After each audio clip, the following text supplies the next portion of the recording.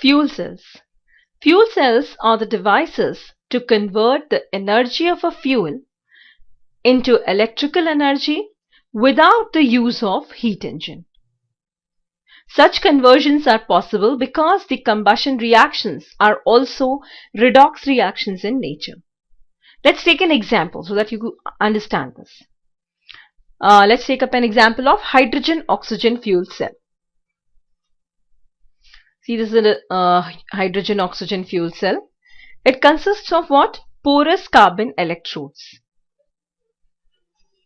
These two are porous carbon electrodes.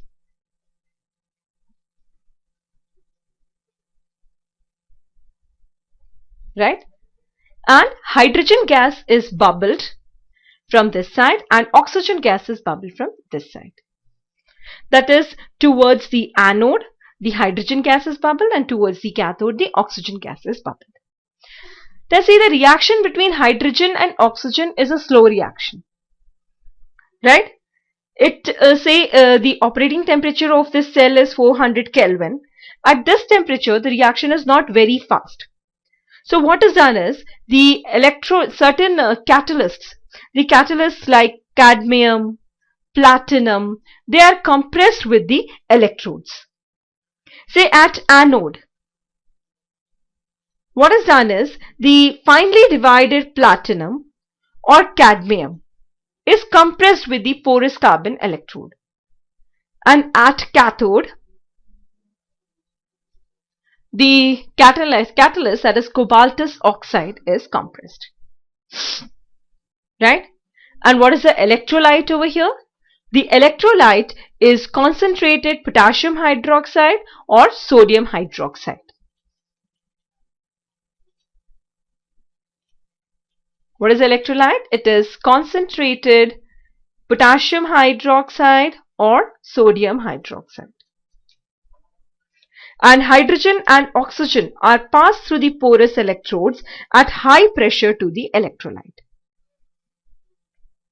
Right?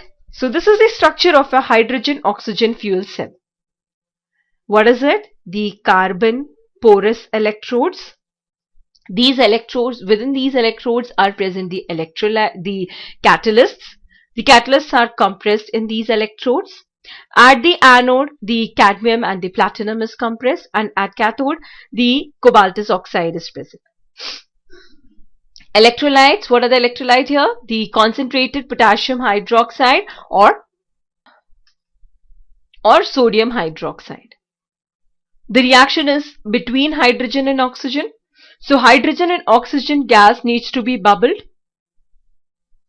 Hydrogen and oxygen gas is bubbled to the electrolyte.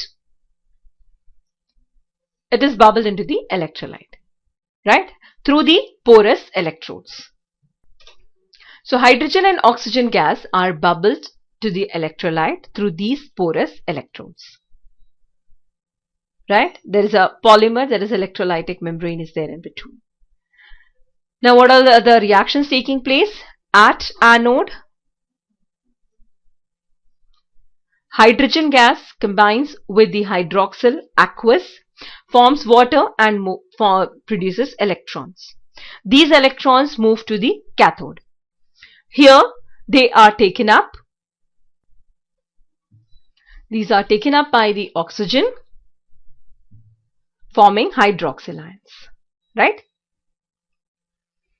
So what is the reaction? At anode, hydrogen gas is forming what? Water and releasing 4 electrons. These 4 electrons, they move through the cable and they move to the cathode where they are accepted by oxygen, which combines with water, forming hydroxyl ions. And a current is generated. What is the overall reaction? See, this is the reaction at anode, this is the reaction at cathode. What will be the overall reaction taking place in hydrogen-oxygen fuel cell? It is hydrogen gas plus of oxygen gas is forming what? Water. Isn't it a combustion reaction? Yes, that is why it is called as fuel cell. That is, a fuel cell converts the energy of a fuel into electrical energy without the use of heat engine. This is a combustion reaction, and it is also a type of a redox reaction which is taking place here. So I would just like to revise this. Hydrogen oxygen fuel cell, these are the porous carbon electrodes. Catalysts are compressed within these electrodes. Why catalysts are needed? Because the operating temperature of fuel cell is very less, that is 400 Kelvin. At this temperature, the reaction between hydrogen and oxygen is slow. That is why catalysts are required. Right?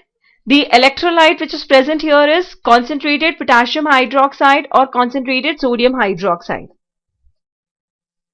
Gases hydrogen and oxygen are bubbled through the porous electrodes to the electrolyte. Reaction taking place at anode is hydrogen plus hydroxyl ions from the electrolyte forming water and giving out 4 electrons. These electrons, they move to the cathode. At cathode, they are accepted by oxygen, which reacts with water and forms hydroxyl ion. The complete reaction is hydrogen plus oxygen forming water. See, it is very useful, this hydrogen oxygen fuel cell. Right? So these gases, they are consumed in this cell and these are supplied continuously. What are the advantages of this cell? Let's see. A fuel cell has following advantages. 1. A fuel cell can work continuously as long as oxidizing agent oxygen and reducing agent hydrogen is supplied at the electrodes. Because see, the overall reaction is just hydrogen gas plus of oxygen gas forming water. Secondly, these cells do not cause any pollution problems. None of these, say, mercury product is not there, lead product is not there. So it is not causing any pollution also. Right? I hope you have understood this hydrogen oxygen fuel cell. There is one more fuel cell, that is hydrocarbon oxygen fuel cell. In place of hydrogen, certain hydrocarbons such as methane, ethane, propane can also be used in the fuel cell. Say for example, a fuel cell involving the combustion of propane. Fuel cell converts what? It converts the energy of combustion into the electrical energy. So this is a hydrogen, this is not hydrogen, this is hydrocarbon oxygen fuel cell. In this case, a hydrocarbon is used. Right? This is C3H8 gas plus of 20 hydroxyl ions, giving carbon dioxide plus water and 20 electrons. These electrons are then accepted by oxygen forming hydroxyl ions. Oxygen, right, which reacts with water forming hydroxyl ions. The overall reaction is C3H8, that is propane, plus 5 of oxygen giving carbon dioxide and water. This is also one of the very good fuel cell. Now let's see what is the efficiency of a fuel cell. The theoretical efficiency of a fuel cell can be calculated in terms of delta H. That is what? The heat of combustion. After all, what is happening within the fuel cell is a combustion reaction, right? Which is again a redox type of reaction, which is taking place within the electrochemical cell. It is taking place in the form of redox reaction. But the final result is a combustion reaction. So this efficiency can be calculated in terms of heat of combustion and the maximum useful work which can be done as electrical energy. So efficiency of a fuel cell is equal to delta G by delta H into 100. For hydrogen oxygen fuel cell, it is calculated to be 285.5 kilojoule per mole. What is calculated is delta H, not the efficiency. The delta H, that is the heat of combustion for hydrogen oxygen fuel cell, is 285.5 kilojoule per mole, whereas the free energy for hydrogen oxygen fuel cell is N, that is 2 electrons per molecule, F, that is 96500 coulomb per mole, and E, that is 1.23 volts. So delta G comes out to be minus 237.39 kilojoule per mole. And what is the efficiency? Efficiency comes out to be 83%. Right? But the actual efficiency of the fuel cell is 60 to 70%. Theoretically, it comes out to be 83%. But its actual is 60 to 70%. It is still regarded better in terms of efficiency of thermal power plants, which is 40%. The theoretical efficiency of a fuel cell is 83%, whereas the actual efficiency of a fuel cell is how much? 60 to 70%. But it's still better than thermal power plants because the efficiency of thermal power plants is just 40%. Right?